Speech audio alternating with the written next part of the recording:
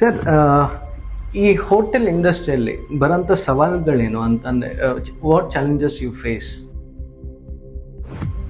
Hotel industry ಅಂದ್ರೇನೆ full of challenges.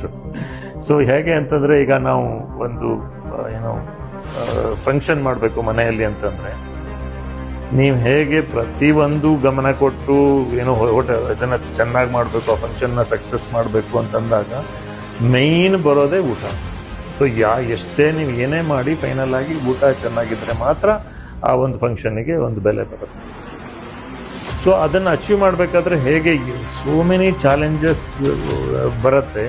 So ಅದನ್ನು ಎಲ್ಲರೂ ಗಮನಿಸಿರ್ತಾರೆ ಎಲ್ಲರೂ. ಆದರೆ ಈ ಫಂಕ್ಷನ್ಗಳೆಲ್ಲ ವರ್ಷಕ್ಕೆ ಒಂದು ಸರಿನೋ, ಜೀವನದಲ್ಲಿ ಒಂದು 3-4 ಸರಿನೋ ಬರುತ್ತೆ.